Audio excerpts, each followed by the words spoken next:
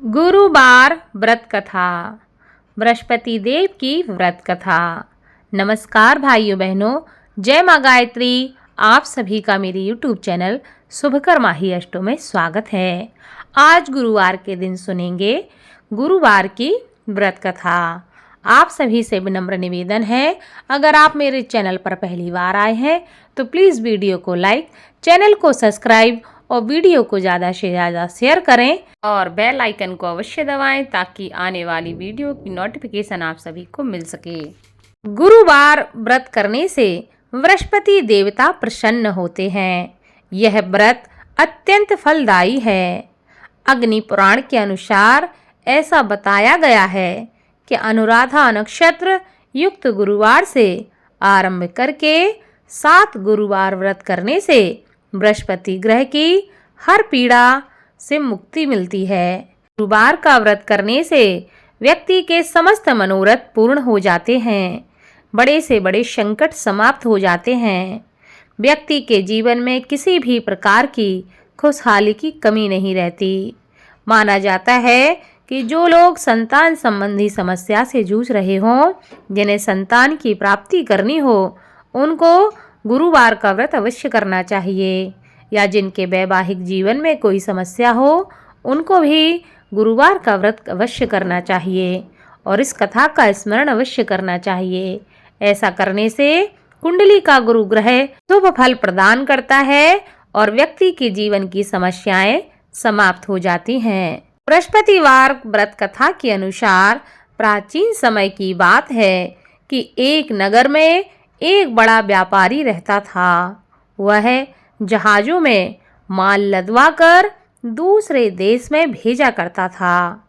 वह जिस प्रकार अधिक धन कमाता था, उसी प्रकार जी खोलकर दान भी करता रहता था। परंतु उसकी पत्नी अत्यंत ही कंजूस प्रवृत्ति की थी। वह किसी को भी एक दमड़ी नहीं देना चाहती थी। वह अपने पति को ही दान करने के लिए मना करती रहती थी, लेकिन उसके पति उसकी कोई बात नहीं मानते थे और वह प्रतिदिन दान किया करते थे। एक बार सेठ जी जब दूसरे देश व्यापार करने के लिए चले गए तो उनके पीछे से बृहस्पति देव ने साधु वेश में उसकी पत्नी से भिक्षा मांगने के लिए उसके घर पहुंच गए। व्यापारी की पत्नी बृहस्पति देव से कहने लगी कि हे साधु महाराज, मैं इस दान और पुण्य से तंग आ गई हूँ। आप कोई ऐसा उपाय बताएं जिससे मेरा सारा धन नष्ट हो जाए और मैं आराम से रह सकूं। मैं यह धन लुटता हुआ नहीं देख सकती। बृहस्पति देव कहने लगे कि हे देवी, तुम तो बड़ी ही विचित्र हो। हर स्त्री चाहती है कि उसके घर में धन धान्य की कोई कमी ना रहे, उसके घर में हर प्रकार का सुख रहे, पर पता नहीं तुम कैसी हो जो चाहती हो कि तुम्हारा सारा धन नष्ट हो जाए। संतान और धन से क्या कोई दुखी होता है जो तुम धन से इतनी दुखी हो? अगर तुम्हारे पास धन अधिक हो गया है तो तुम इसे अच्छे कार्यों में लगाओ। कुंवारी कन्याओं का विवाह करवाओ, विद्यालय बनवाओ, बाग बगीचों का निर्माण कराओ। ऐसे पुण्य कार्य करने से तुम्हारा यह लोक भी सुधर जाएगा और परलोक भी सार्थक हो जाएगा। परंतु साधु की इन बातों से व्यापारी की पत्नी को कोई भी खुशी नहीं हुई। उन्होंने कहा, मुझे ऐसे धन की आवश्यकता ही नहीं है जिसे मैं दान में दूं। अब बृहस्पति देव कहने लगे, यदि तुम्हारी ऐसी इच्छा है तो तुम एक उपाय करना। 7 रविवार घर को गोबर से लीपना, अपने केसों को पीली मिट्टी से धोना, केसों को धोते समय स्नान करना। अपने पति से कहना कि गुरुवार के दिन वह दाढ़ी बनाएं, भोजन में मांस मदिरा खाएं, कपड़े अपने घर पे धोना और धोबी को देना। अगर ऐसे कार्य तुम करने लगोगी तो तुम्हारा सारा धन नष्ट हो जाएगा। इतना कहकर बृहस्पति देव अंतर्ध्यान हो गए। व्यापारी की पत्नी ने बृहस्पति देव के कहे अनुसार 7 बृहस्पतिवार वैसा ही करने का निश्चय कर लिया। केवल 3 बृहस्पतिवार ही बीत पाए थे कि उसकी समस्त धन संपत्ति नष्ट हो गई। वह परलोक सिधार गई। जब व्यापारी वापस आया तो उसने देखा कि उसका सब कुछ नष्ट हो चुका है। उस व्यापारी ने अपनी पुत्री को सांत्वना दी और दूसरे नगर में जाकर वह बस गया। वहाँ वह जंगल से लकड़ी काट कर लाता और शहर में बेचता। इस तरह वह अपना जीवन व्यतीत करने लगा। एक दिन उसकी पुत्री ने दही खाने की इच्छा प्रकट की, लेकिन व्यापारी के पास दही खरीदने के पैसे नहीं थे। वह अपनी पुत्री को आश्वासन देकर जंगल में लकड़ी काटने के लिए चला गया। वहाँ वह एक वृक्ष के नीचे बैठकर अपनी पूर्व दशा पर विचार करके रोने लगा कि पहले मेरे क्या दिन थे और आज मेरे क्या दिन हैं। उस दिन बृहस्पतिवार का ही दिन था।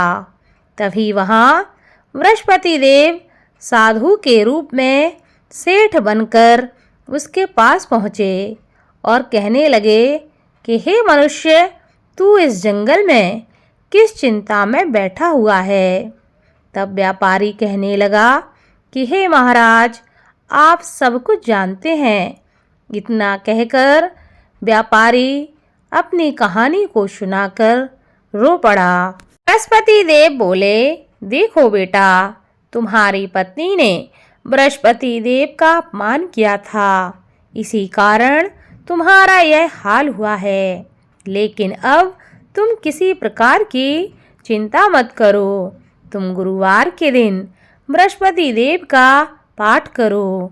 2 पैसे के चने और गुड़ को लेकर जल के लोटे में शक्कर डालकर वह अमृत प्रसाद अपने परिवार के सदस्यों और कथा सुनने वालों में बांट दो। स्वयं भी प्रसाद और चरणामृत लो। भगवान तुम्हारा अवश्य ही कल्याण करेंगे।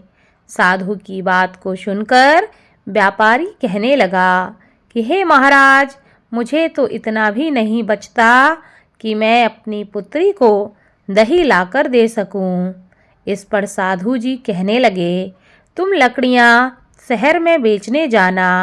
तुम्हें लकड़ियों के दाम पहले से चौगने मिलेंगे, जिससे तुम्हारे सारे कार्य सिद्ध हो जाएंगे। उस दिन उसने लकड़ियां काटी और शहर में बेचने के लिए वह चल पड़ा।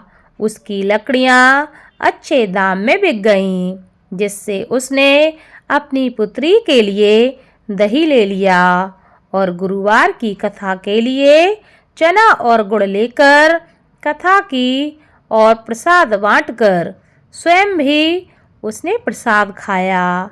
उसी दिन से उसकी सभी कठिनाइयाँ दूर होने लगीं, परंतु अगले बृहस्पतिवार को वह कथा करना भूल गया। अगले दिन वहाँ के राजा ने एक बड़े यज्ञ का आयोजन करके पूरे नगर के लोगों के लिए भोज का आयोजन किया। राजा की आज्ञा के अनुसार पूरा नगर राजा के महल में भोज करने गया, लेकिन व्यापारी व उसकी पुत्री तनिक विलंब से पहुँचे। अतः उन दोनों को राजा ने महल में ले जाकर भोजन करवाया।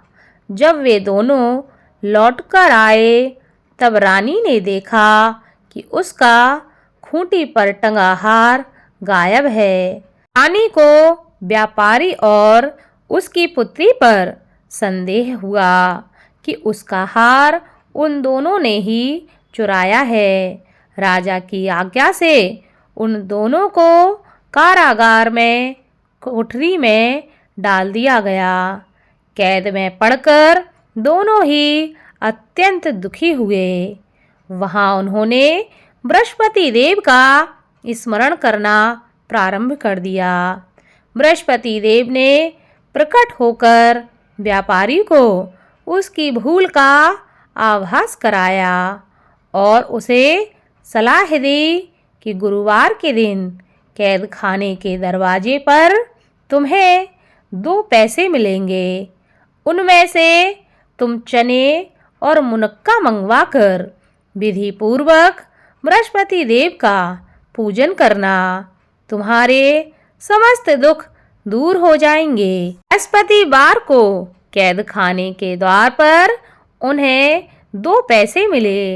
बाहर सड़क पर एक स्त्री जा रही थी।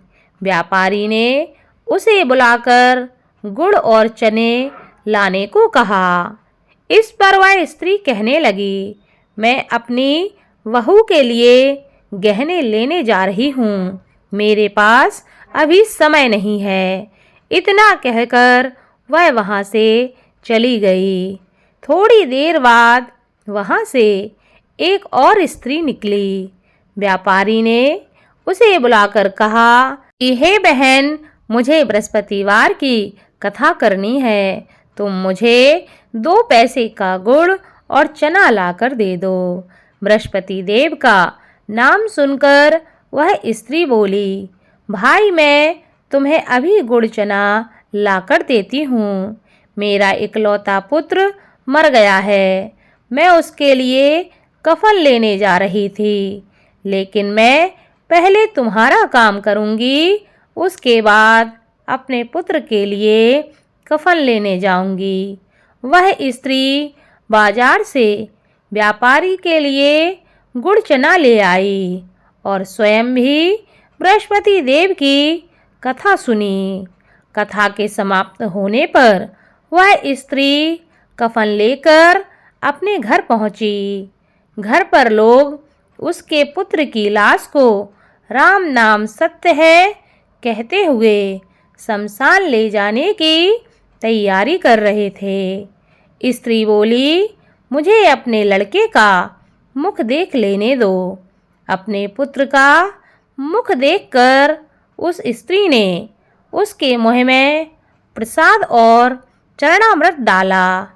प्रसाद और चरणामृत के प्रभाव से वह पुनः जीवित हो गया। पहली स्त्री जिसने बृहस्पति देव का निरादर किया था, वह जब अपने पुत्र के विवाह हेतु पुत्र वधू के लिए गहने लेकर लौटी और जैसे ही उसका पुत्र घोड़ी पर बैठकर निकला, वैसे ही घोड़ी ने ऐसी उछाल मारी कि वह घोड़ी से गिरकर मर गया। यह देखकर स्त्री रो रो कर बृहस्पति देव से क्षमा याचना करने लगी। उस स्त्री की याचना से बृहस्पति देव साधु वेश में वहां पहुंचकर कहने लगे कि हे देवी, तुम्हें अधिक विलाप करने की आवश्यकता नहीं है। यह बृहस्पति देव का अनादर करने के कारण हुआ है। तुम वापस जाकर मेरे भक्त से क्षमा मांगकर कथा सुन लो। तुम्हारी सभी मनोकामनाएं पूरी हो जाएंगी। जेल में जाकर उस स्त्री ने व्यापारी से माफ़ी मांगी और उसने कथा सुनी। कथा के उपरांत वह प्रसाद और चरणामृत लेकर अपने घर वापस लौट गई। घर आकर उसने चरणामृत अपने मृत पुत्र के मुख में डाला। चरणामृत के प्रभाव से उसका पुत्र जीवित हो उठा। उसी रात बृहस्पति देव राजा के सपने में आए और कहने लगे कि हे राजन, तूने जिस व्यापारी और उसकी पुत्री को जेल में कैद करके रखा है, वह बिल्कुल निर्दोष हैं। तुम्हारी रानी का हार वहीं खूंटी पर टंगा है। दिन निकला तो राजा रानी ने हार खूंटी पर लटका हुआ देखा। राजा ने उस व्यापारी और उसकी पुत्री को तुरंत छोड़ दिया और उन्हें आधा राज्य देकर उसकी पुत्री का विवाह उच्च कुल में करवाकर दहेज में हीरे जवाहरात दिए और बृहस्पति देव की कृपा से उनके जीवन के सभी संकट समाप्त हो गए। बोलो बृहस्पति देव की जय।